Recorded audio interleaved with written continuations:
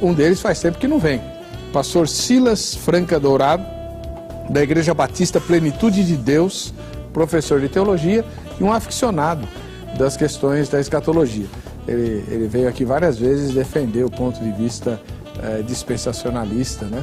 Pré-tribulacionista. Paz e graça, pastor Silas Franca, seja bem-vindo. Paz e graça, pastor. Graças a Deus, mais uma oportunidade, né?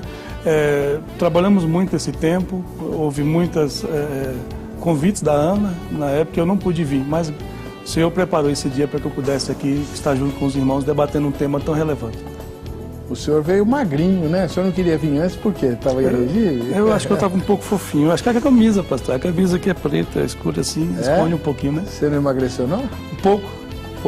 Acho que eu vou comprar aquele negócio para ver se eu emagreço mais. O emagrecedor é um brinde, né? Daqui a pouco a gente vai falar disso. Agora, onde é a Igreja Batista Plenitude de Deus? Igreja Batista Plenitude de Deus fica na rua Afrodísio de Matos, 209, Jardim Arpoador, São Paulo, quilômetro 18,5 da Raposo, sentido São Paulo. Lá nós já estamos há 4 anos. Quando eu vim aqui a primeira vez, a igreja era no centro de Osasco e nós optamos a mudar para o bairro, é mais conveniente, melhor para trabalhar. Qual que é o bairro lá? Jardim Arpoador, altura do quilômetro 18,5 da Raposo Tavares, sentido São Paulo. Muito obrigado pela presença do irmão. Obrigado. O reverendo Flávio Dantas também faz um tempinho que não aparece, mas hoje veio à Igreja Presbiteriana do Brasil, lá da Granja Viana. Seja bem-vindo, reverendo Flávio Dantas. Paz e graça. Paz e graça, Heber. E eu agradeço mais uma vez a oportunidade e queria aproveitar, como sempre, mandar um abraço para minha mãe lá na Paraíba. Eu estive com ela agora dia 8 de maio, no Dia das Mães, né? Então, e ela está já muito feliz em poder estar com ela, né? E também fui lá fazer um casamento de Johanna e do Thales, então eu queria mandar um abraço para eles também, que casaram, um casal de jovens muito interessante, é uma sobrinha minha, então um abraço para eles. E agradeço novamente a oportunidade de estar aqui, conversar um pouco sobre esse tema, que é muito bom também, muito caro a todos nós. Espero que a gente consiga esclarecer um pouco das duas posições, né? Que as pessoas possam conhecê-las e depois pensar a respeito delas. Obrigado pelo convite já. O senhor vem também só falar de escatologia, né? Pois é, está precisando convidar para outros temas. Eu tenho saudade daquele tema de jejum, que foi o primeiro que eu vim aqui. Outros temas aí da Escritura que são muito bons também. Seja muito bem-vindo. Onde que fica a igreja da Granja Viana? Ali no quilômetro 25 da Raposo. Nós estamos vizinhos. Agora eu estou conhecendo o reverendo pessoalmente e a gente é vizinho ali. Estou no quilômetro 25 da Raposo, né? Ali na rua número 95, Jardim Santo Antônio. Depois eu vou lá visitar o irmão. Vai ser um prazer. Seja bem-vindo, pastor. Muito obrigado pela presença do senhor. Eu que agradeço. Vamos ver a matéria que apresenta o dificílimo tema de hoje. Vejam só.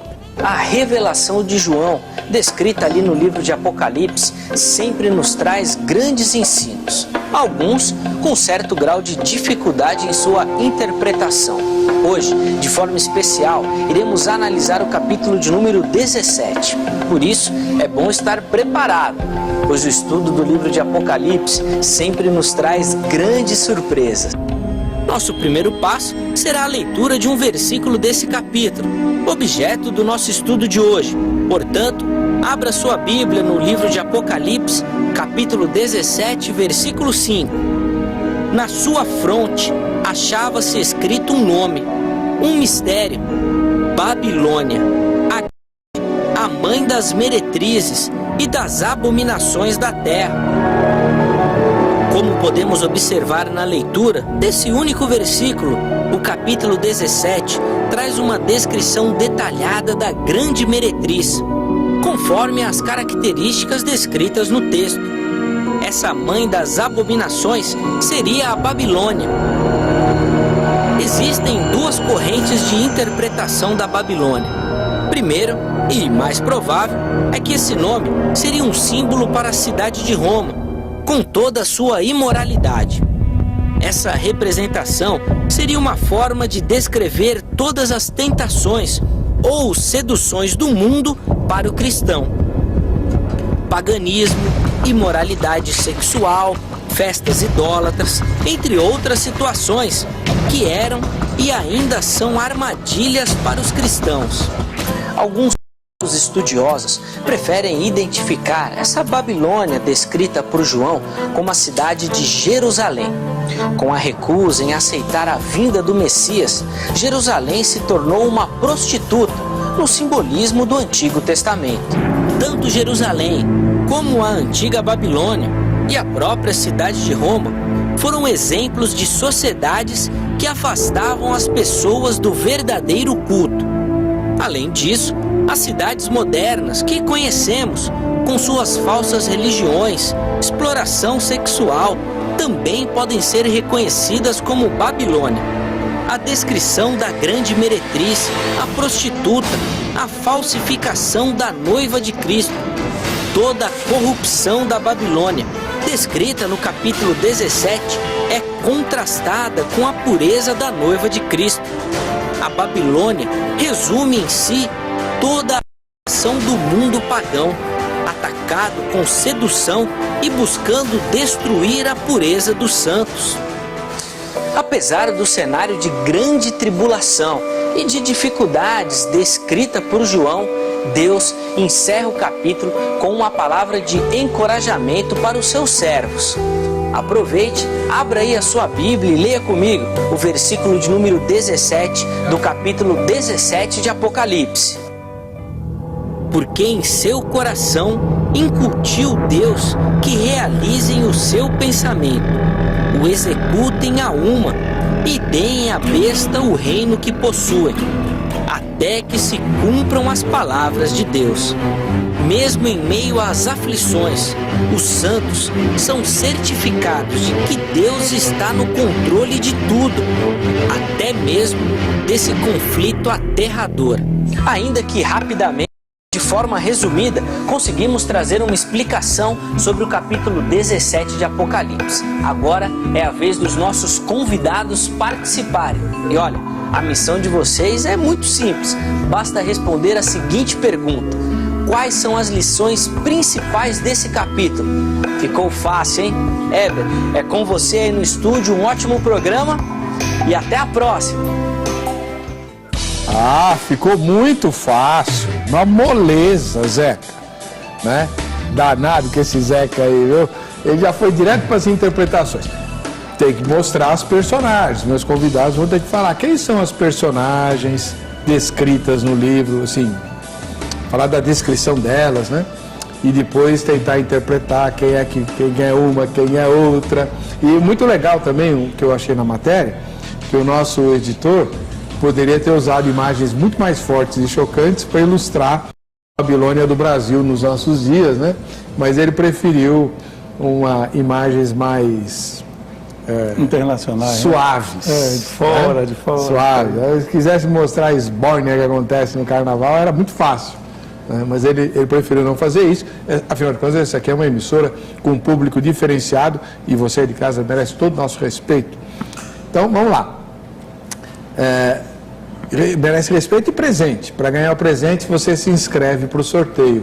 O endereço eletrônico para fazer essa inscrição é o vejamsó.com.br, onde você vai votar na enquete. Reverendo Flávio Dantas, da Igreja Presbiteriana do Brasil, lá da Igreja Viana. Eu acho que o senhor é o mais velho aqui dos dois debatedores. O senhor nasceu em que ano? 70. E o senhor? 76. Então, acertei. Então o senhor começa. Pode ser. Na sua primeira fala, reverendo, quem são as personagens lá um resumo do capítulo 17 e quais são as lições que esse capítulo traz? Então, esse capítulo começa falando da mulher, né, que é chamada de prostituta, que o anjo vai apresentar, e a grande meretriz, e ele a chama de Babilônia. No último versículo, ele explica que essa mulher é a grande cidade. Primeiro, identifica com Roma nos dias de João, mas com todas e aí tem uma interpretação que fala, depois ele vai aqui explicar, né?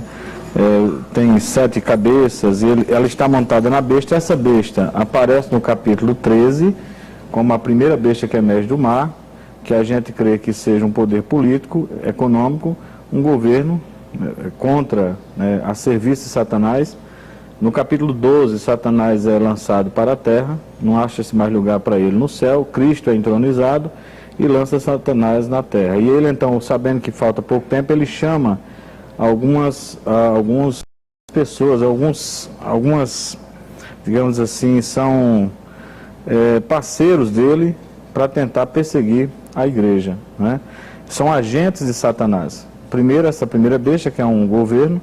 A segunda besta também, Apocalipse 13, fala sobre ela, que é um poder religioso, falsa religião, que vai seduzir, que vai enganar também, mentindo e fazendo milagres, e aí vem fazendo milagres e tudo mais. Mas essa, aí aqui fala também da besta em que a mulher está montada, nós cremos que essa primeira besta, que é um governo, que vai dar sustentação a essa cidade, e a cidade representa, sim, toda a cidade que tem esse poder de seduzir. E acho que a lição principal desse texto é cuidado com a cobiça, cuidado com a sedução, porque ela vai levar você a aderir a um poder maligno, vai escravizar você e que no fim vai lhe destruir, porque ela mesma será destruída. O capítulo no final, que essa besta será destruída, e no capítulo 18 ela fala mais especificamente da destruição. E aqui tem outros personagens que são do enredo dessa história, né? Reis, que na verdade existem aqui 7 cabeças e 7, ele fala 7 cabeças e 10 chifres. E 10 chifres, que são símbolos também desse poder político, que é a serviço da besta, que está a serviço da besta, ao longo de todo o tempo da história, né? E aí quando chega nesses 7, aí fala também de 5 que já foram, né? De 4 que já foram, e o 5 que já foram, o 6º que está e o 7º que ainda virá. E aí a gente entende que são impérios, que 5 até já passaram, que é o Império Romano, também incluído, mas os 5 impérios que representam a Babilônia também já passaram, e a gente está vivendo agora no 6º, e vai chegar o 7º e o 8º, que seria então o do Anticristo. O 8º império será do Anticristo, que aí sim a Satanás incorporará no homem, e ele então instalará um governo anticristão. E aí as pessoas aderirão a ele, mas quem aderirá a ele? Serão aqueles que não foram inscritos no livro da vida, diz aqui Apocalipse 17. Os que não foram inscritos no livro da vida se admirarão com esse anticristo e serão seduzidos por ele. Mas aí o texto termina, como o livro de Apocalipse para a gente foi escrito para consolo, termina dizendo, olha, mas no final eles serão destruídos e vencerão não só o Cordeiro, mas também aqueles que estão com o Cordeiro. E aí a gente vê que haverá e eles lutarão contra o Cordeiro, lutando contra a igreja, mas Cristo prevalecerá e também a igreja. Mas quando isso acontecerá? Na volta de Cristo. A gente acredita que essa sessão é a 6ª sessão do livro de Apocalipse, que vem contando uma história, a mesma história, só que dando alguns detalhes a mais em cada bloco da história, né? A gente interpreta Apocalipse com 7 sessões. A última sessão é do capítulo 20 ao 22, que fala já do fim do novo céu, nova terra, e vai falar então do julgamento. A besta sobre a qual a mulher monta é o anticristo? Não, seria um poder político. Poder político. A serviço de Satanás. Tá. E a mulher é uma cidade? A mulher, ela é, na verdade, não uma cidade específica, mas toda cidade, ou todo esse contexto que a gente vive de sedução que há nas cidades, que tenta seduzir, que tenta escravizar quem não é crente no pecado e que tenta seduzir os crentes. E isso é um perigo muito grande. Hoje a gente está vendo, eu estava pensando, né, enquanto vinha para cá, nós não podemos mais reverter esse quadro, mas houve um êxodo muito grande do campo para as cidades. E as cidades grandes são atraentes, tanto por trabalho, mas também por essa vida noturna, essas baladas que as pessoas gostam. E isso tudo, aqui no livro de Apocalipse, é retratado como as imundícies da besta, que a mulher oferece, as imundícias da mulher, que ela oferece inclusive num cálice de ouro, mas que dentro são abominações e imundícias. Que até o reverendo Leandro, ele cita, ele tratando desse texto, ele diz que não tem coragem nem de interpretar aquela expressão, as imundícias, porque são orgias, são coisas que nem dá para a gente falar. Que o mundo hoje está cedendo a isso e que é atrativo. A cultura do prazer, nós estamos vivendo uma cultura muito da busca pelo prazer e não da busca pela glória de Deus. Bom, tem várias perguntas para o reverendo Flávio, depois a gente faz. Vamos ouvir agora o pastor Silas Franca Dourado, da Igreja Batista Plenitude de Deus. Como é que o senhor interpreta, ou quais principais lições, as principais lições do livro de Apocalipse, no capítulo 17, pastor? Então, a visão nossa é futurista do livro do Apocalipse. Eu acredito que a interpretação final vai ser bem parecida, porque se extrai o subtexto de uma ideia, porém a interpretação do contexto nosso é diferente. O reverendo é histórico, da visão histórica. O livro do Apocalipse tem 4 grandes escolas, né? A preterista, que geralmente é defendida pela teologia católica, a histórica pela teologia presbiteriana, a alegórica, geralmente são seitas que aderem a isso, e nós somos futuristas. Nós entendemos o seguinte, que depois do arrebatamento da igreja, cumpre a última semana de Daniel, a 70ª semana de Daniel. E nesse processo de 7 anos, o Apocalipse se desenrola a partir do capítulo 6. Esse capítulo 17, nós já estamos nos últimos 3 anos e meio da grande tribulação, aonde no meio dela, no centro dela, bem dito pelo pastor, começa, na enquete, começa a se manifestar essa besta. Nos primeiros 3 anos há uma falsa paz, aonde no capítulo 11 ele sobe do abismo, guerreia contra as 2 testemunhas, mata ela, depois vira-se contra Israel, que por um momento aceita o anticristo como o falso Messias, mas depois acorda quando é levantada uma estátua de si. E daí em diante ela se manifesta como a besta que sobe do mar e a besta que sobe da terra, que são 2 poderes, eu concordo em parte com o reverendo, é o poder político e o poder religioso. O poder político é conduzido pelo anticristo e o poder religioso pelo falso profeta e a falsa religião que ficará depois do arrebatamento da igreja. Chegamos no capítulo 17 e nós temos alguns personagens aqui. É uma síntese de tudo que já foi dito pelo reverendo e por mim, mas cada um com uma visão um pouquinho diferente em algum tema. Nós temos, por exemplo, uma mulher sentada numa besta. Essa mulher, ao meu ver, é a religião apostata, que depois do arrebatamento da igreja, ela se firma mais ainda. Consegue ali, no processo do ecumenismo, consegue fundir todas as religiões e seitas que ficarem, inclusive cristãs. O falso cristianismo será sintetizado nessa mulher. A besta é o governo, o qual dá suporte a ela. E você pode ver que no próprio processo, esse governo, 5 já foram, existe, um haverá de vir. Os 5 que já foram, na minha perspectiva, são 5 impérios mundiais que vieram prosseguindo a visão desse capítulo. Nós estamos aqui no primeiro século, no final do primeiro século. Então, todos os impérios que tiveram envolvimento com Israel, Império Egípcio, Império Assírio, Império Babilônico, Medo-Persa, Império Grego, e agora um existe, era o Império Romano, e um haverá de vir. Esse 7º império é o Império Romano ressuscitado dos últimos dias, e desse 7º império levantará o chifre menor, como diz Daniel no capítulo 7, versículo 7, e cumprimento no versículo 23.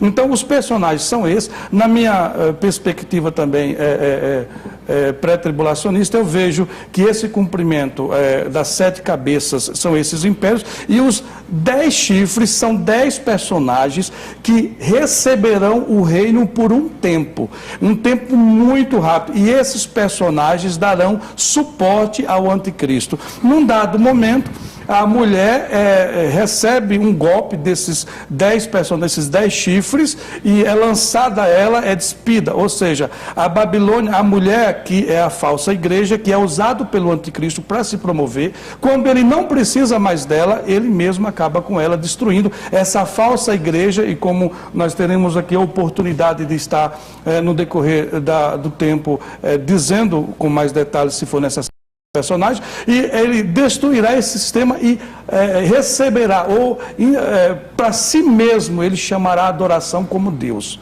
Então é por isso que a mulher será destruída. O que nós aprendemos com isso? Que a igreja precisa estar pronta para, após o arrebatamento da igreja, quem ficar vai ser muito difícil, como nós vemos em Apocalipse capítulo 20, versículo 4, os que ficarem nesse tempo e quiserem receber o benefício de Deus vão ser decapitados, vão ser mortos, e a gente vê até um grande número chegando no céu, no capítulo 7, versículo 9, uma grande multidão chegando no céu, e ali perguntado, quem são, de onde vens? E é dito, esses são os mártires que morreram na grande tribulação, que lavaram as suas vestes no sangue do Cordeiro. Então, a igreja precisa ficar firme, a igreja precisa estar pronta, para que no arrebatamento da igreja ela vá, e aqueles que ficarem vão sofrer, e a falsa religião aqui é indicada, né?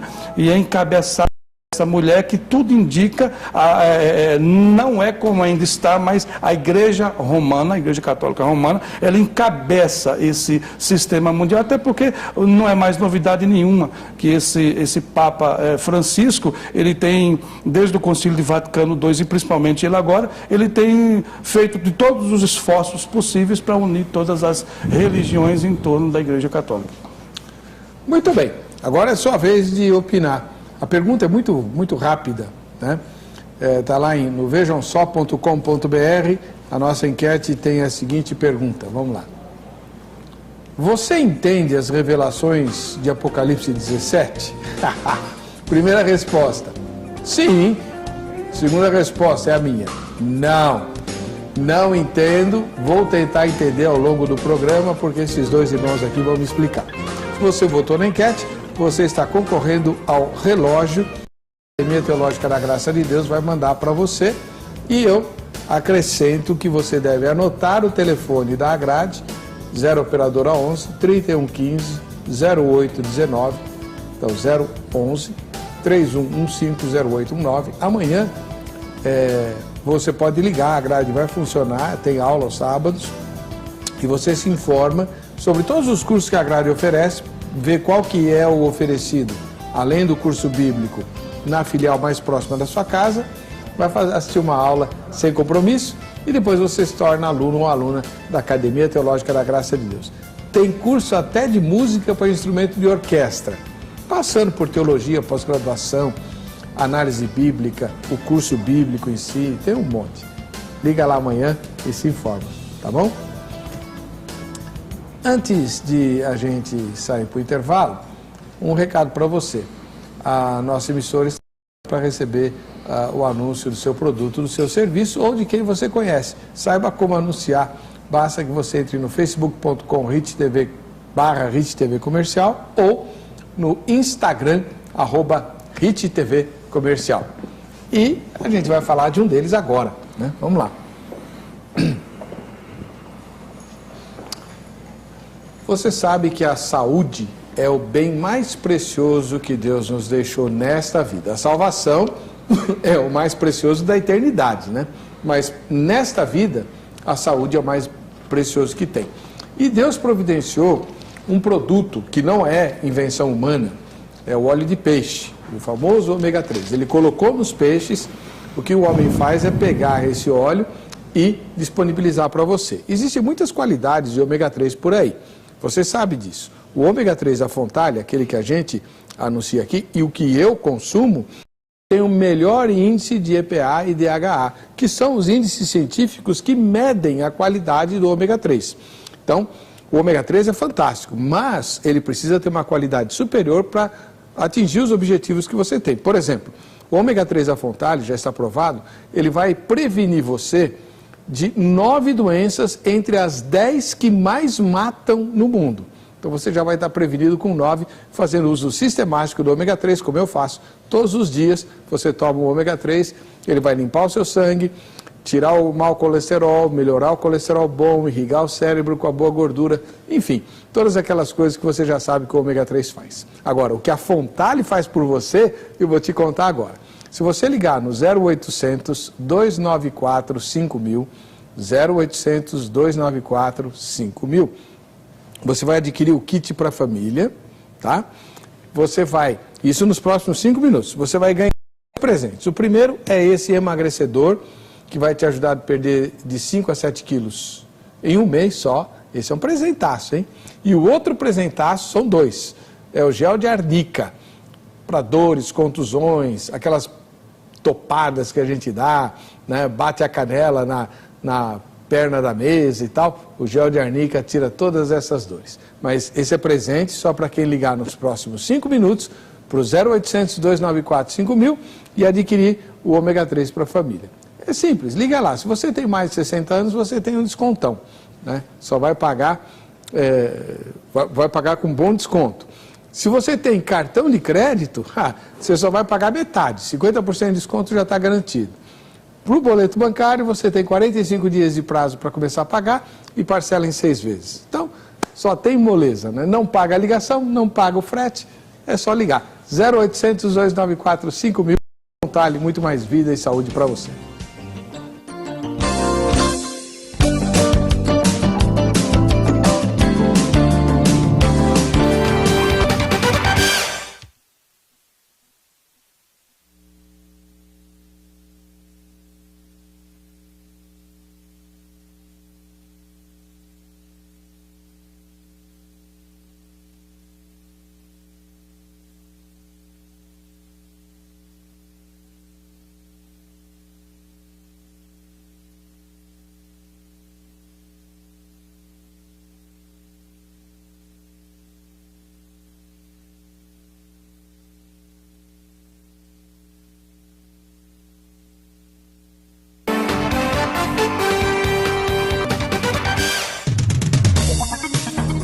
Muito bem, estamos de volta com o programa Vejam Só. Eu vou pedir pro pastor Silas Franca me ajudar. Segura aí, pastor. O filho é seu mesmo? Olha só o que o pastor elaborou.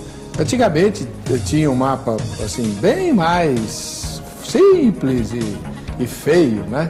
Que a gente encontrava aí na Rua dos Crentes e tal. Agora ele fez uma coisa bem melhor. Mapa escatológico, eventos de Cristo, né? Até a Nova Jerusalém.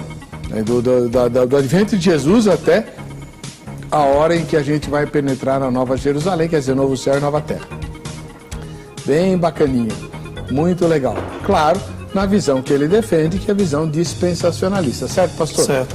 E quem quiser isso, ou quem quiser estudar na sua escola, como é que faz? Então, pastor, Olha só, e é bacana, é tipo pergaminho, igual os judeus faziam. A ideia foi essa. Fica bacana, fica fácil levar. Né? Eu sou diretor da FAB, Centro Educacional e Teológico, 35322221, pessoal que quer conhecer o nosso trabalho, entra no meu e-mail, o site é www.teologiafab.com.br. E nós temos curso básico, médio, eu não posso nem divulgar muito porque tem agrado, né, pastor? Mas quem quiser conhecer o nosso trabalho, através do e-mail a gente manda.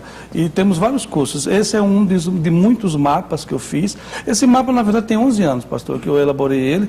E aí eu fui melhorando conforme a tecnologia, né, de imprimir com material melhor. Antes fazíamos em papel, mas junto desse mapa, que também pode ser adquirido pelo e-mail, tem todo o plano, os 404 versículos do livro do Apocalipse, eu sintetizei no mapa, os 357 de Daniel, eu sintetizei no mapa, tem as 7 dispensações, as 70 semanas de Daniel, todas as escolas escatológicas, todas que eu falei aqui, e inclusive a que eu defendo, a pré, pós, meso, a milenista, pós, eu encaixei para que as pessoas que defender uma delas saiba como esquematizar, não é? Visualmente fica muito mais fácil de entender. Fica mais fácil.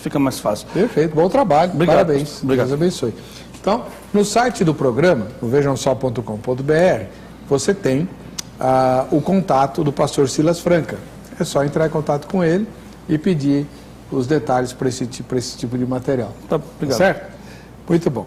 Agora vamos lá, agora começou, é hora da briga. Reverendo Flávio Dantas, da Igreja Presbiteriana do Brasil, me diz uma coisa. Qual é a lição central do capítulo 17 de Apocalipse, já que ele faz parte da tal sexta sessão? Na interpretação, né, do irmão, o livro de Apocalipse é um livro com sessões cíclicas, não é isso? Isso. São 7 sessões? Isso. Cada uma delas contando a mesma história, que é basicamente Jesus Cristo vai voltar e vai triunfar sobre o mal. Isso. Com detalhes diferentes, com personagens diferentes e tal. Como é que o capítulo 17 se insere nessa história? O capítulo 17, ele introduz agora detalhes sobre o que foi dito no capítulo 14. No capítulo 14 e no capítulo 16, ele já falou da besta. E, aliás, da mulher, mas falou assim de maneira muito rápida, dizendo caiu, né? Capítulo 13, aliás, de 11 a 18, ele fala da besta e depois ele fala um pouquinho só da mulher. E aí no capítulo 17 ele vai falar mais detalhes a respeito desse aliado da besta. E aí fica a lição é que a gente tem que ter cuidado, atentar para essas questões que existem, que escraviza o pecador e que tenta seduzir os crentes. Então o capítulo 17 introduz esse novo personagem, ou dá detalhes desse novo personagem. Que é a mulher. Que é a mulher, que é uma aliada, é uma terceira aliada do anticristo, ou de Satanás. Quem é a primeira aliada? A primeira é a besta que emerge do mar. Certo, a segunda seria o poder político. Ah, aliado de Satanás. Isso. Entendi. Tá. Desculpa. De Satanás. E depois surge uma da terra, que é... surge uma da terra primeiro, que é o primeiro, e depois uma do mar. E essas duas bestas são aliadas. E a terceira é essa mulher que seduz, né? Então, que a o senhor besta, interpreta como sendo a vida urbana. para ficar mais claro, isso não seria, seria todo esse estilo de vida urbano que é muito atraente, sedutor, e cada vez mais anticristão. Do ponto de vista do senhor, então, o crente deveria levar uma vida de sofrimento? Não é que ele deveria, ele vai passar por sofrimento, porque ele vai ter que resistir a essas tentações. E vai chegar ao ponto, e aí a gente discorda nesse ponto, é que eu não sou pré-tribulacionista, a igreja vai passar pela grande tribulação. E vai ser esse período antes da volta de Cristo, em que estará no mundo o anticristo personificado numa pessoa, né? O anticristo em pessoa estará governando um mundo de ímpios, e ele vai usar perseguindo a igreja. Aí ele já vai estar sem a mulher já vai estar aí vem aquele finalzinho do capítulo 17, fala que houve então ali um desentendimento entre os atores do mal, e aí eles mesmos vão se consumir. Mas então agora, interessante que diz isso no capítulo 17, que Deus colocou no coração deles essa revolta contra a mulher, né? Não, mas não vou falar sobre soberania. Não, pode falar, mas por que não? Também é ressaltado nesse texto a soberania de Deus, até mesmo sobre os agentes do mal. Quem está controlando tudo é Deus. É Deus. Está lá no texto. Está lá no texto. O senhor pode ler o versículo, por favor? Claro, aqui no capítulo 17, no finalzinho do capítulo, ele diz assim, 17, porque em seu coração incutiu Deus que realizassem o seu pensamento, o executem a uma e deem à besta o reino que possuem, até que se cumpram as palavras de Deus. No seu coração é o coração dos reis. Dos reis. Quem são esses reis? Esses reis são governantes que vão também estar a serviço da besta, ou do anticristo, e que vão estar ali a serviço deles. E eles é que vão matar a mulher? E eles é quem vão se desentender com a mulher. Então, agora vamos lá, pastor. Agora, no capítulo 18, diz que, na verdade, eles todos vão ser destruídos com a volta de Cristo. Tudo bem. O fim a gente já sabe qual é. O problema é o entretanto, como diria o prefeito lá de Sucupira, né? Nos entretanto é que é o problema. Esqueci o nome dele, mas enfim. Odorico Paraguaçu, de saudosa memória. Nos entretantos, o senhor falou que a mulher representa os atrativos da vida urbana, as facilidades da vida que tentam, inclusive, desviar os crentes. Certo? Ué, então quer dizer que o anticristo e seus cupinchas, que são os governantes, vão liquidar as tentações da vida urbana? Vão matar as tentações da vida urbana? Não, pelo contrário, vão sugerir que elas são o melhor estilo de vida, que é o que o mundo faz. Mas o texto não fala que eles matam a mulher? Mas só depois que eles percebem que foram enganados, basicamente isso. No final, provavelmente, eles vão perceber que o fim, porque a Bíblia diz aqui que o fim deles será já determinado, já está determinado. Quando chegar de fato e perceberem que era uma grande furada viver daquele jeito, com certeza vão se irritar contra a autora, que é a grande cidade. E vão fazer o quê? Se arrepender? Não. Aí onde está? A Bíblia pelo menos só diz que eles vão ficar revoltados e vão tentar, né, despir a mulher, isso que o texto diz, né? E aí... Eles despem a mulher. Só um minuto aqui, viu? Os 10 chifres que vistes e a besta, esses odiarão a meretriz, e a farão devastada e despojada, então, e lhe comerão as carnes, e a consumirão no fogo. Eles se revoltarão e tentarão se essa meretriz representa um sistema de valores que se opõe ao de Deus, e que é sedutor e tal, enfim, que vamos dizer assim, a degradação da vida urbana, né? Eu só não entendo, essa interpretação parece legal, mas quando chega nesse pedaço de que os próprios dominadores desse mundo tenebroso se voltam contra a mulher, eu não entendo. Quer dizer, eles vão se voltar contra aquilo que eles mesmos promoveram? Pois é, um governo que eles mesmos promoveram e que eles até aproveitaram dele. Está parecendo a história do PMDB com o PT. Aí se pudermos aplicar essa história... O que está acontecendo no Brasil. Parece um pouco, né? Quer dizer, tá todo mundo junto ali, usufruindo, de repente uma revolta, aí tira um e aí fica nisso. Eu não estou entendendo nada. Fica nisso. Vamos lá. Agora, pastor Silas Franca, na sua opinião, a mulher não é a área sedutora da vida, nada disso. Agora, só para pontuar, não significa que não tem um personagem governando essa cidade, ou liderando esse estado sedutor. Haverá um líder, sim, mas haverá um líder também humano, que estará... Ué, o anticristo não é humano? Sim, mas nesse caso aqui, a cidade sedutora ainda não é o anticristo. E a besta onde ela está montada não é o anticristo? Ainda não, é um agente do anticristo, que são governos humanos a serviço do anticristo. Só para esclarecer então, reverendo, onde é que o anticristo aparece em Apocalipse? Agora, no finalzinho, digamos assim... Ele não é a besta que emerge do mar? Não, ele não é propriamente a besta. A besta são agentes humanos a serviço dele. Em Apocalipse diz que eles recebem a autoridade do dragão. O dragão é Satanás, no capítulo 12. Mas a besta não é Satanás, certo? Não, são agentes de Satanás, humanos. Mas eu sempre não são ele em si. Que a besta que emerge do mar é o anticristo. E a besta que emerge da terra é o falso profeta. Mas são dois personagens humanos a serviço de Satanás. Mas por último haverá o anticristo, que será um homem só. Aí sim, esse será diferente dessa besta, dessas duas bestas. Que aí Paulo fala do anticristo lá em Tessalonicenses. Que esse é a iniquidade. Por que ele não personagem. Pode ser a besta que emerge do mar, aquele monstro? Pelos detalhes da própria besta do capítulo 13, o capítulo 13 fala que ele tem sete cabeças e 10 chifres, também são autoridades. E ele compara com Daniel, capítulo 7, que são governos. É o governo do anticristo, qual o problema? Sim, governos são pessoas que governam, mas não são o anticristo em si, ainda não é o anticristo. O anticristo é um personagem que vai surgir antes da volta de Cristo, próximo da volta de Cristo, e aí sim vai infligir uma perseguição ainda pior, que é o que Jesus fala lá da grande tribulação, que se aqueles dias não fossem abreviados, nem os eleitos seriam... Tá, reverendo, só para fechar essa parte, vou passar para o pastor Silas Franca, mas ó, lá no capítulo 13, se não me falha a memória, né, está escrito que a besta que emerge do mar, esse monstro sobre a qual a mulher se monta, vai ter autoridade para perseguir os santos e vencê-los. Fazer exatamente o que acabou de falar, o anticristo fará. Sem dúvida, mas ainda não é o anticristo. Tá bom, tudo bem, não seja. Pastor Silas Franca, a besta que emerge do mar é o anticristo. O anticristo. Estou errado? Não. É o anticristo. O anticristo.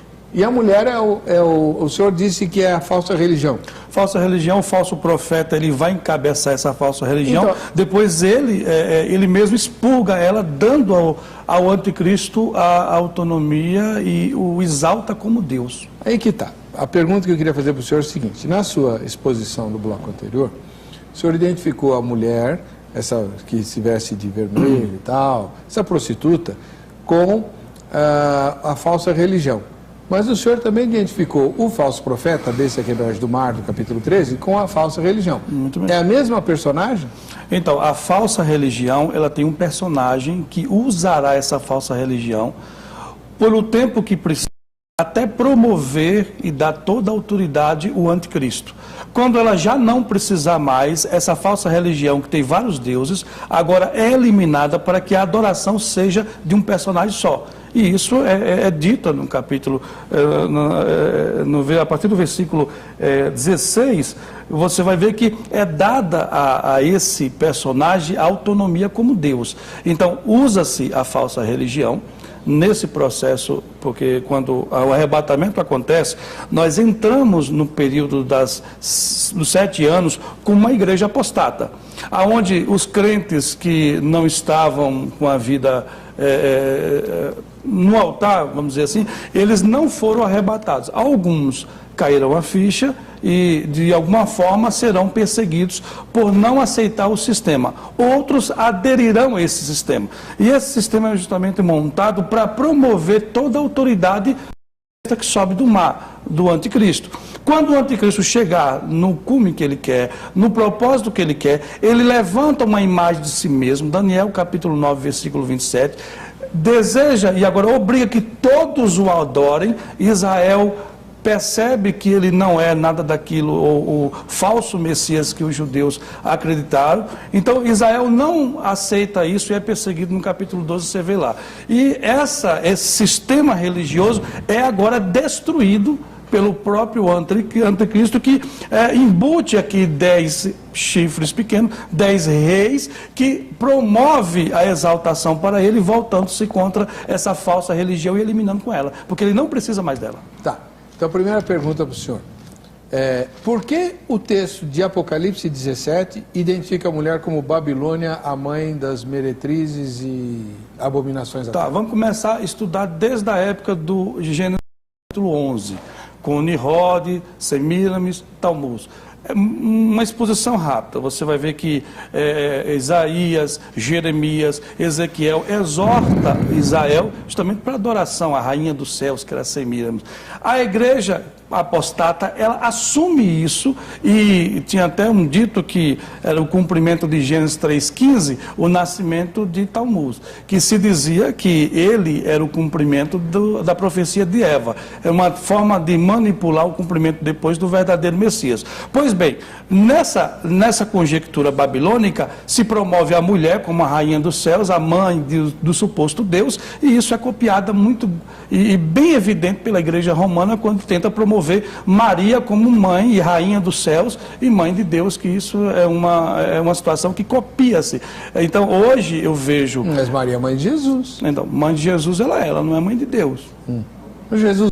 Então, esse é o silogismo que eles fazem, né? É o simbolismo. Mas a gente sabe onde isso quer chegar. É promover Maria acima, e é uma cópia da Babilônia e do desvio da falsa Babilônia. Por isso que a princípio sintetiza os 5 reis que sofreram essa influência babilônica na história. E o último império mundial, ele chega justamente nesse ápice de, mais uma vez, contrariar Deus e colocar sempre alguém no lugar de Deus, dando a esse sistema pagão, né, a sua ênfase que ele precisa. O poder do anticristo promove isso, até enquanto isso beneficia ele. Quando ele não precisar mais, ele elimina o sistema para que ele possa ser adorado como rei e como Deus, e é aqui que o texto fala, né?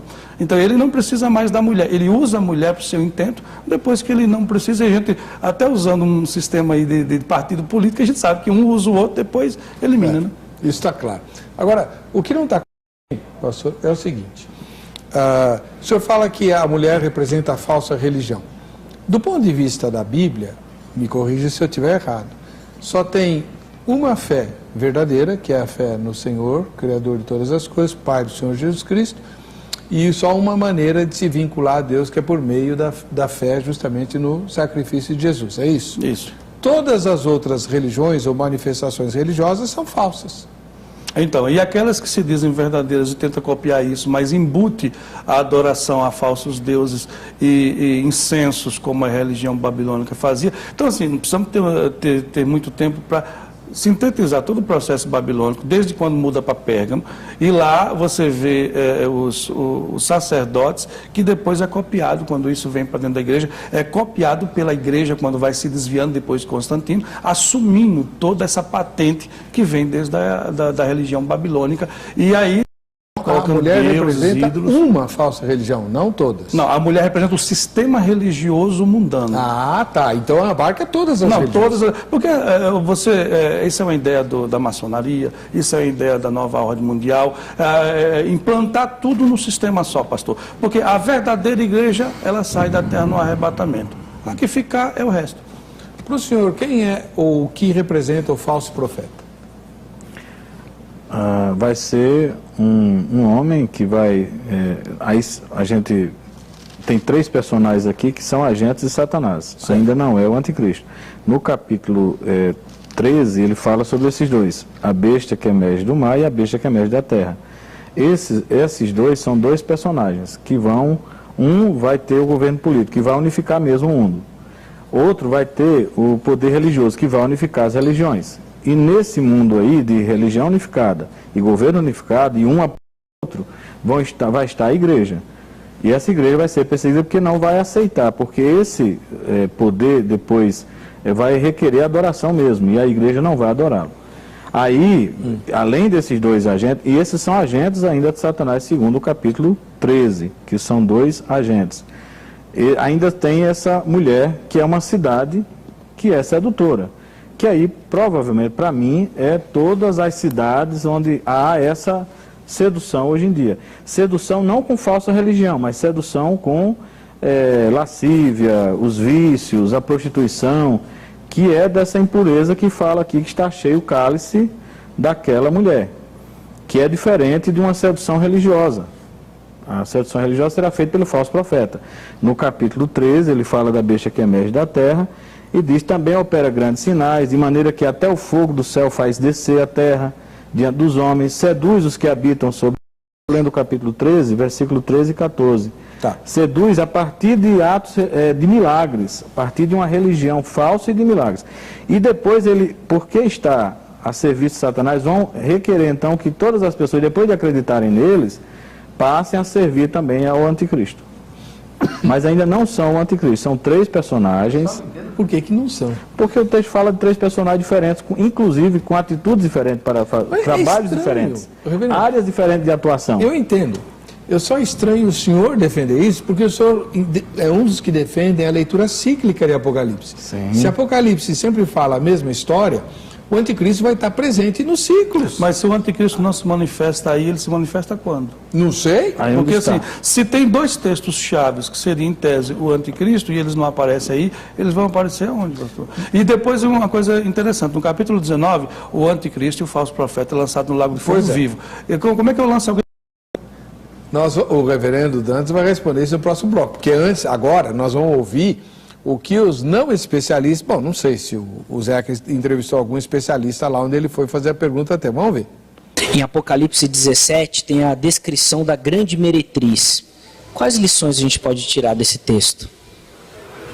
Olha, a grande meretriz, eu creio que hoje em dia a lição que nós devemos tirar é uma advertência, não tem muito, porque ela, sendo meretriz, ela vem com seus encantamentos. E o mais perigoso é que essa ação tem entrado até no meio da igreja. Né? Se ela é uma meretriz, ela se vende, ela é uma prostituta, é o mundo lá fora que tem os seus encantamentos, o seu chamado. E aí vale um alerta para a igreja, ver, olhar ela, como é que uma meretriz age, como é que ela atrai, para que a gente não caia nessa cilada. Ai, não sei, difícil esse.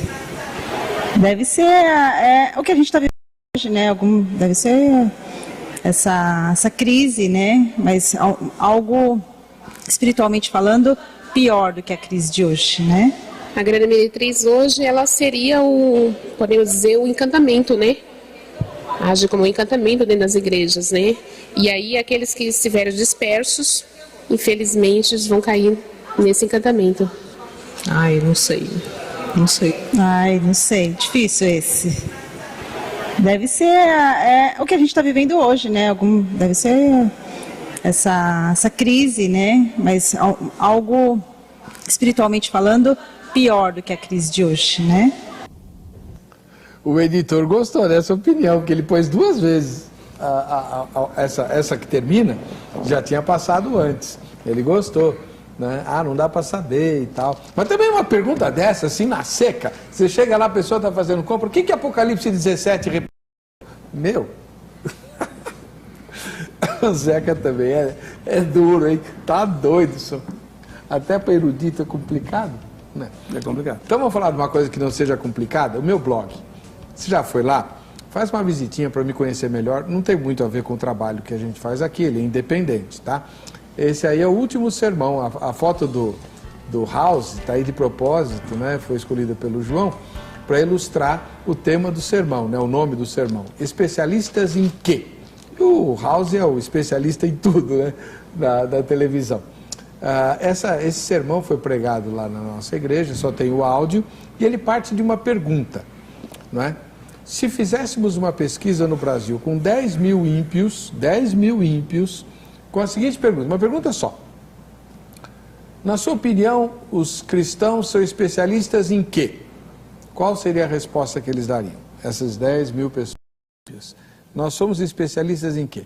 Pois no livro de 1 Crônicas, capítulo número 9, eu achei a resposta que eles deveriam dar. Duvido muito que deem. Não por culpa deles, por culpa nossa. Ouça o sermão, depois você me conta o que você achou. A gente vai para o intervalo, voltamos já já com as respostas do reverendo Dantas sobre o anticristo falso profeta aqui no Vejam Só.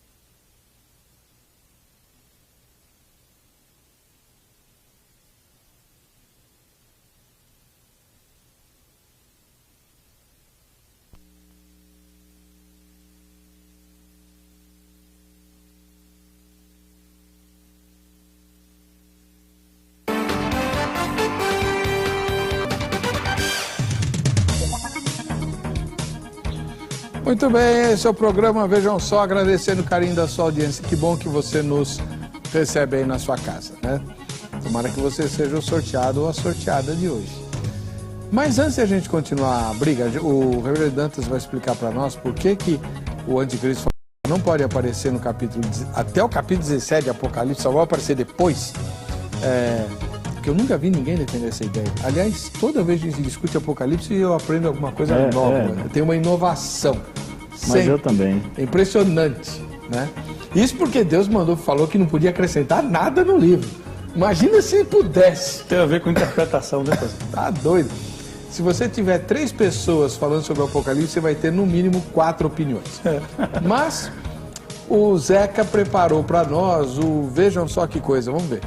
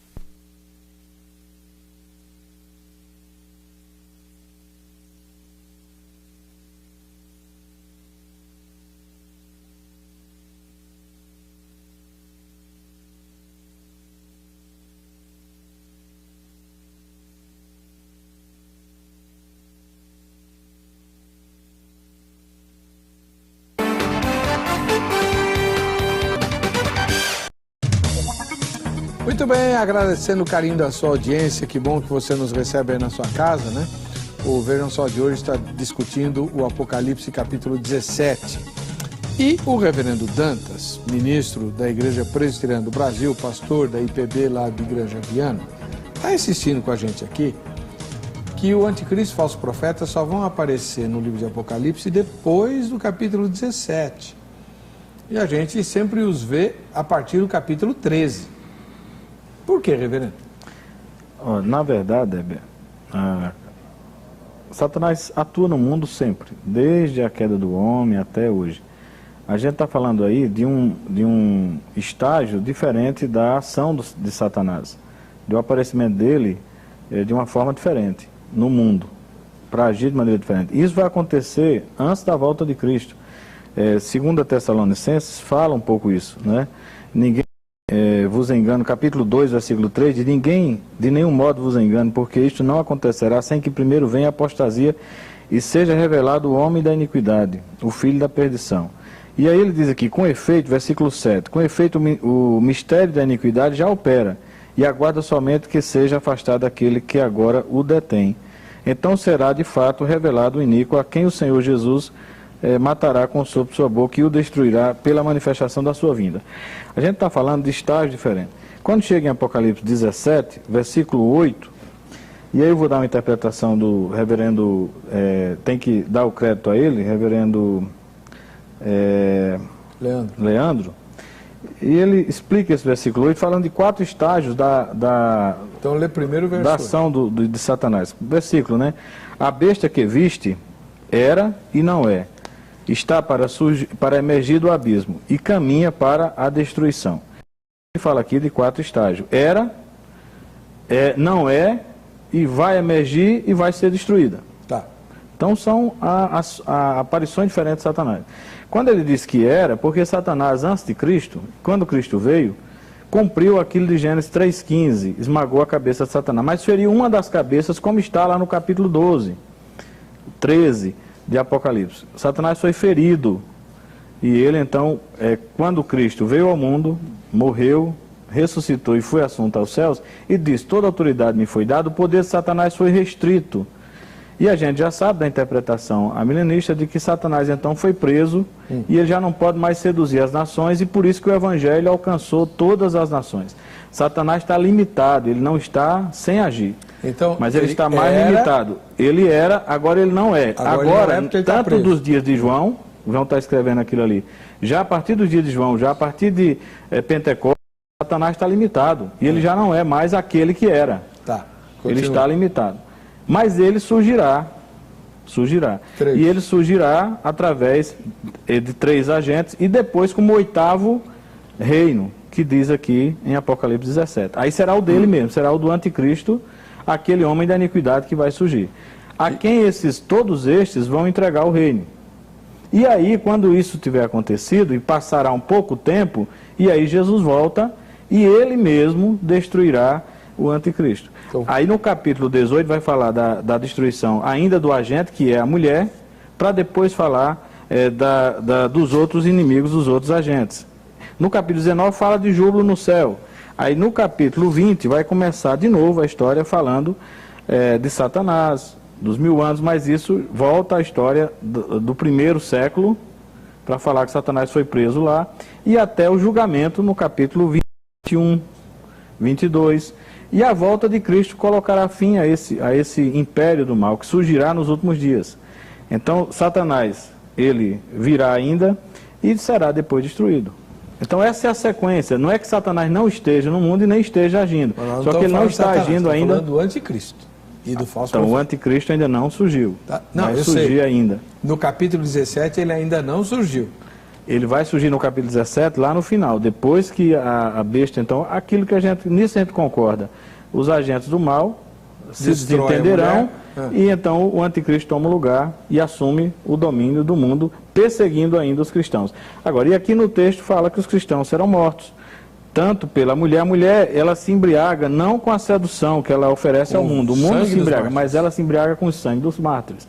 Então é uma mulher que embriaga a humanidade, os governos, para matar os cristãos, que estão sendo mortos durante todo esse desde a primeira vinda de Cristo até a última volta, até a volta de Cristo. Tá. Cristãos serão mortos, estão sendo mortos. Hoje mesmo cristãos são mortos, em toda parte do mundo existe perseguição, mas ainda não tanto quanto a perseguição final.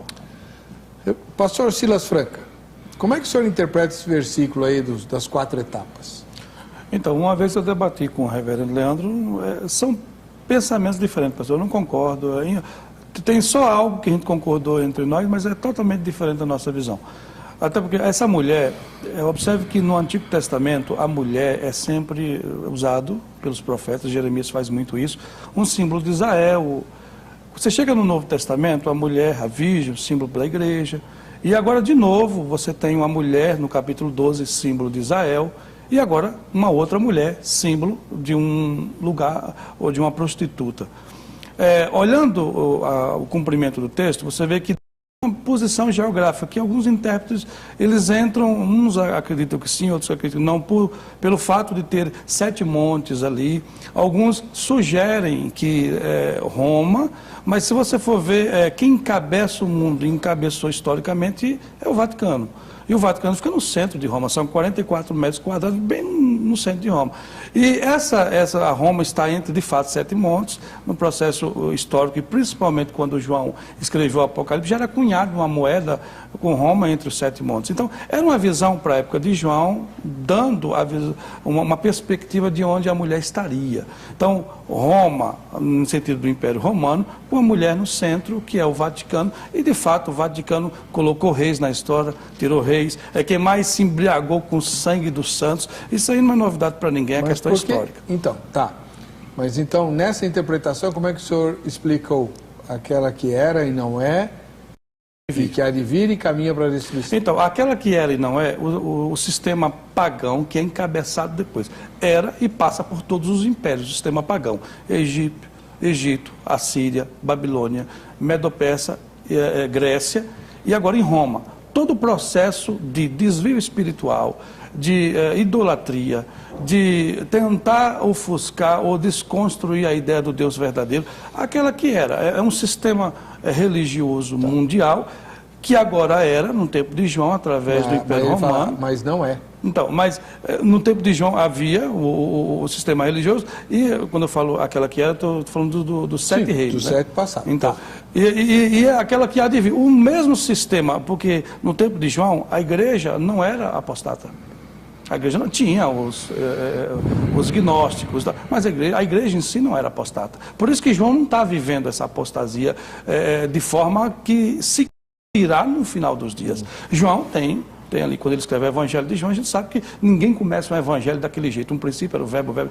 Ele já começa chutando o balde, porque havia uma turma que tentava desconstruir a ideia de que Jesus é Deus. Mas o Apocalipse não é depois do Evangelho? Então, pastor, eu estou falando que já havia uma ideia de pequenos grupos que tentavam destruir a igreja. Mas a igreja não era apostata. A igreja não era. A igreja do Senhor não era. A igreja dos apóstolos não era. A igreja do primeiro século não era. Só que essa igreja, ela com o passar dos séculos, e entramos num século 3, aonde a igreja se funde com a política. Em 395 ela divide o Império Oriente do Ocidente.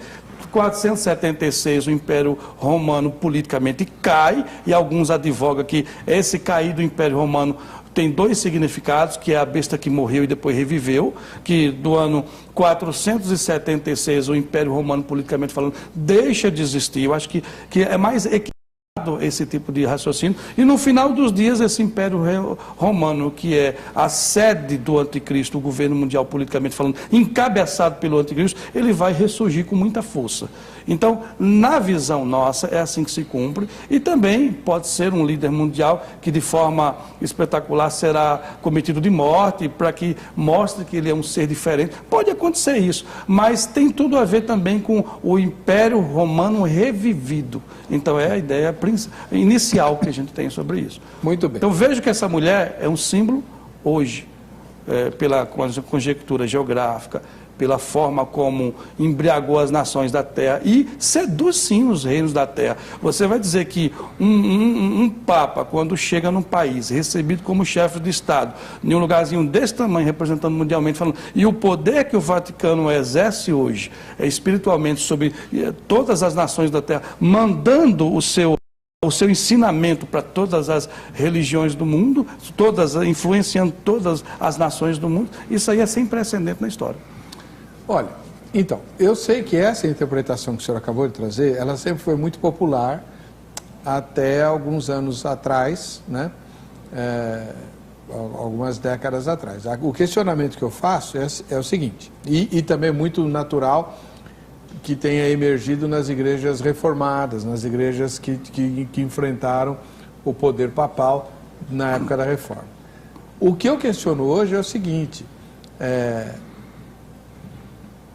essa falsa religião tem que ser a Igreja Romana? Não, ela será encabeçada, porque a Igreja Romana... Os muçulmanos vão se dobrar à Igreja Romana? Eles são muito mais ameaça, muito piores inimigos da fé verdadeira do que... Uma coisa que eu nunca imaginei na minha vida, eu assisti um vídeo esses dias do próprio Vaticano, onde o Papa Francisco tem convidado uma vez por mês todas as autoridades de todas as religiões para que no Vaticano gravasse vídeos sobre essa fusão que há, essa unidade, né, esse ecumenismo. Então, no final do vídeo, uma coisa chama a atenção. Além dele chamar 30 milhões de católicos para orar com ele pelo ecumenismo, ele coloca o vídeo. O cara fala, eu sou isso, eu amo tal, eu sou isso, eu amo aquilo, eu sou budista, eu amo Buda, eu amo Maomé, eu amo tal. E ele fala, olha, no final, todos somos filhos de Deus. Pastor, filho de Deus por criação, toda a humanidade é. Mas na questão soteriológica, a gente sabe que só existe, e eu vou morrer defendendo isso, qualquer instância que eu for, só existe uma forma de ser salvo através do Cristo. É por isso que nós continuamos pregando para muçulmano, mesmo arriscando o pescoço, porque nós entendemos, teologicamente falando, que salvação só em Jesus. Eu sou o caminho, a verdade e a vida. Ninguém vem ao Pai senão por mim. Então, quando ele fala uma boa dessa, ele afronta até católicos e teólogos católicos que já tem ele e já conjectura ele como um falso papa, né? Ele é argentino, não esqueça. Nem tudo é... A questão é a Ainda seguinte, bem que não é brasileiro. Esse vídeo que o senhor mencionou, como é que faz para achar? Então, no site do Vaticano mesmo tem, eu estou selecionando um monte de material, que eu vou dar um seminário agora no final de semana, sobre o impacto da profecia bíblica para os nossos dias, e eu achei assim, uma coisa, e não é só isso não, viu, são situações pesadíssimas que eu nunca imaginei que um Papa pudesse fazer, ele está fazendo agora. Mas ele convida líderes? Ele convida líderes, nesse vídeo tem 5 a 6 líderes, um budista, um muçulmano, um protestante, um padre católico, um hinduísta, e ele coloca cada um para fazer, eu amo Buda, e faz um mexão, eu amo Maomé. Aí no final ele fala, olha, são formas diferentes de agradar a Deus, mas no final... O próprio Papa faz isso? E eu baixei o vídeo sem...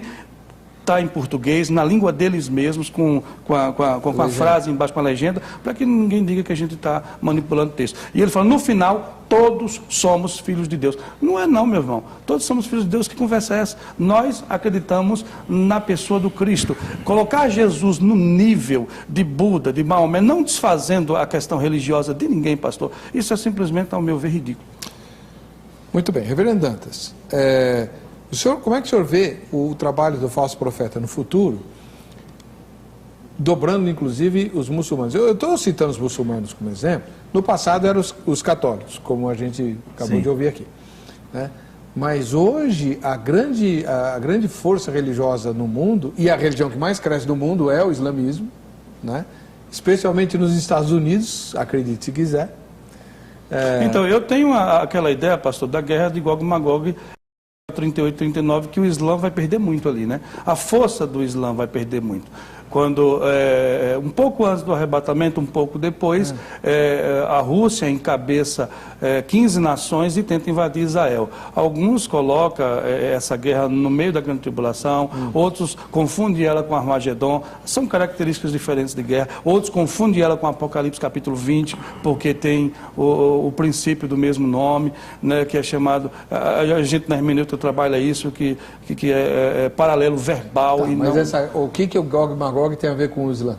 O Gog e Magog tem a ver porque a Rússia, ela une-se com o mundo árabe, e são unidos pela religião islâmica para destruir Israel, e o próprio Deus acaba com eles ali, tirando essa força militar, essa força que impulsiona o Islã. Eles caem muito ali. Não é à toa que eu fiquei pensando muito tempo como poderia a mesquita de Omar ser arrancada daquele lugar. É quase que impossível, é o terceiro lugar de mais adoração muçulmana no mundo. Como é que pode fazer isso? Ezequiel dá a resposta. Ao meu ver, Ezequiel dá a resposta. Que Ezequiel fala de um grande terremoto que fundirá a cidade e que vai cair todas as grandes cidades e que Deus vai entrar e Israel não vai fazer nada. É Deus, a briga com Deus ali. Deus elimina a Rússia, a casa de Togarma, Putin, Mesec... Por que a Rússia? Porque Gog, Você é da época príncipe da de Guerra Magog... Fria, pastor. Não, pastor. Gog e Magog é a Rússia? Você estuda a etimologia das nações de Gênesis capítulo 10 e vai sintetizar. Eu fiz uma pesquisa muito profunda, a não ser que eu peguei só o livro errado. Né? E da Rússia, Da Rússia, Gog, príncipe de Magog, chefe de Mesec e de Tobolsk. Mesec é a etimologia da palavra Mosquis, que vai para Moscou e Moscou. Mesec, Tobolsk, Tubali e vai para a segunda maior cidade da Rússia hoje. Legal. Reverendo Dantas, e o senhor, como é que vê essa questão dos muçulmanos em franca expansão e tudo isso que a gente falou? Eu acredito até que haverá uma unificação da religião, mas não nesse texto de Apocalipse 17, não essa mulher, não é o falso profeta essa mulher, o falso profeta é a besta que emerge do mar, são dois personagens diferentes. Essa mulher é uma cidade que seduz não com a falsa religião, seduz com os prazeres que ela oferece. Ela oferece prazeres da carne ali, oferece uma sedução, e aí são dois, para mim, são dois personagens diferentes, né? Agora, que as religiões vão se unir em torno de um falso profeta, vão, e aí eu não sei quem vai encabeçar, porque aí o texto não diz, a gente pode fazer essa conjectura, mas para mim vai acontecer, mas como, quem ainda está para aparecer. Então, não tem a mesma visão sobre Gog e Magog também, aquilo é no final e Cristo é quem vem e destrói, não é a mesma visão escatológica. Para mim, pelo menos aqui em Apocalipse 17, fala dessa meretriz, ela dá características de sedução, inclusive muito na área moral, não na área religiosa. Então, a sedução moral, na área moral. A área religiosa também vai haver um agente que vai seduzir também. Mas está lá no capítulo, então, 14, que fala da besta que emerge do mar. Que vai, então, fazer milagres, que vai, então, seduzir pela religião. Que isso também já está acontecendo em pequena proporção. E tudo isso está acontecendo desde os dias de João. Né? Desde o dia de João, Roma sintetizava esses três poderes. O poder político, o poder religioso e o poder da sedução. Roma era uma cidade de imoralidade. Na época de Calígula, o imperador Calígula, e a gente sabe da história de Roma. Então, e parece que essas coisas andam juntas. O poder político, o poder religioso e da falsa religião e essa orgia, uma moral ou um padrão moral baixíssimo, né? Parece que eles andam juntos, parece que um quer favorecer o outro, porque são anticristãos. Um governo, no lugar de se preocupar com os cidadãos, se preocupa em extorquir só e se preocupa em aprovar leis que são contrárias à moral. Então, esses governos já estão agindo, mas vai piorar. Tá. A ideia da gente, olhando para o Apocalipse nessa visão cíclica, é que a igreja deve se preparar porque vai piorar, vai passar pela grande tribulação e os crentes devem se firmar cada vez mais em Cristo. Bom, tem uma coisa aqui que ainda faltou falar, né? O senhor passou muito raspando. Os muçulmanos vão aceitar o falso profeta? Eles não aceitam nem quem adora Pastor, Maomé engraçado diferente que deles. eu tenho feito um estudo minucioso sobre a questão do judaísmo, o islã e o cristianismo. Os três estão esperando o anticristo. O muçulmano também sim, eu sei. Fala disso. Há profecias no Alcorão, né, sobre o advento do governante e tal, tarará. Mas é um deles. Então, mas eles estão nessa perspectiva também, e da mesma forma que os judeus serão enganados, será que eles não vão? Bom, agora a pergunta que não quer calar é a seguinte, acho que vocês concordam que os 10 reis representam 10 governantes e tal,